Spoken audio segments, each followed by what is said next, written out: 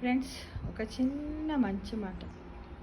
జీవితంలో అన్ని రకాల ప్రేమలు అనుభవించిన తర్వాత ఒక్కసారి వెనక్కి తిరిగి ఆలోచించు.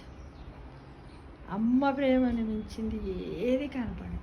కానీ ఇప్పుడున్న సొసైటీలో చాలామంది ఏం చేస్తున్నారంటే అసలైనటువంటి అమ్మ ప్రేమను మర్చిపోయి ఎక్కడో ఎవరో చెప్పింది ఎవరో ప్రేమను, ఇన్స్టెంట్ ప్రేమలను పొందుతూ శాశ్వతమైనటువంటి తల్లి ప్రేమను మాత్రం, పర్మినెంట్గా ఉన్నటువంటి ప్రేమను మాత్రం పంచిపోతున్నారు ఫ్రెండ్స్. ఎందుకంటే అమ్మ నవమాసాలు మోస్తుంది, తన రక్తాన్ని పంచిస్తుంది, ఎన్నో శ్రమలకు ఓడ్చి ఈ భూమి మీదకి చక్కటి జన్మనిస్తుంది.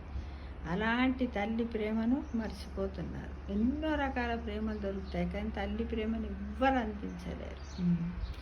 తల్లి ప్రేమ, ఎందుకంటే ఎంతమంది కూడా తల్లులు కాలేరు. ఎన్ని చెప్పినప్పటికీ కూడా తల్లి స్థానం తల్లికే. ప్రత్యేకంగా ఈ ప్రపంచం లోపల ఈ ధరణి పైన ఉన్నది. తల్లి ప్రేమను మించింది ఏది కూడా మనకు కనపడదు. అన్నీ అనుభవించి తల్లి ఉన్నప్పుడు అసహించుకుంటాం, మాట్లాడవించేసి ఏమి చెప్పినా కన్నా తల్లి నిస్వార్థంగా తన యొక్క పిల్లల యొక్క యోగక్షేమాల గురించి, ఫ్యూచర్లో వాళ్ళ అభివృద్ధి గురించి, వాళ్ళ క్షేమాన్ని కోరుకుంటూనే ప్రతి తల్లి చేస్తుంది. కానీ వేరే విధంగా ఏది చేయదు. ప్రపంచంలో ఎక్కడ చెడ్డ తల్లి ఉండదు.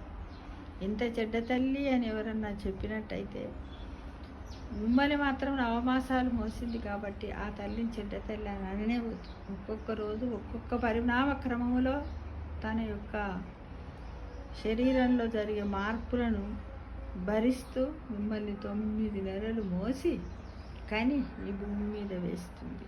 దాన్ని మీరు అర్థం చేసుకోవాలని కోరుతున్నాను. మళ్ళొకసారి జీవితంలో అన్ని రకాల ప్రేమలు అనుభవించిన తర్వాత ఒక్కసారి వెనక్కి తిరిగి ఆలోచించు. అమ్మ ప్రేమను మించింది ఏది కనపడదు. 100కు 100 అయితే అమ్మ తప్పులు చెయ్యదు కదా ఫ్రెండ్స్. ఏదో ఒకటి చేసినప్పుడు తెలుసో తెలియక పొరపాటును దాన్ని మనసుతో మన్నించి వదిలేసి ఎల్లకాలం తల్లికి కృతజ్ఞతగా ఉండి తల్లి యొక్క దీవెనలు పొందాలి. ఎందుకంటే అంత పెద్ద గణపతికి, విఘ్నేశ్వరుడికే చూడండి తల్లిదండ్రులు ప్రసాదించినటువంటి ఆశీర్వాదం వల్లనే ఎలా ఆదిదేవుడు అయ్యాడు అన్న విషయాన్ని మీరు గమనించాలి ఫ్రెండ్స్. Thank you.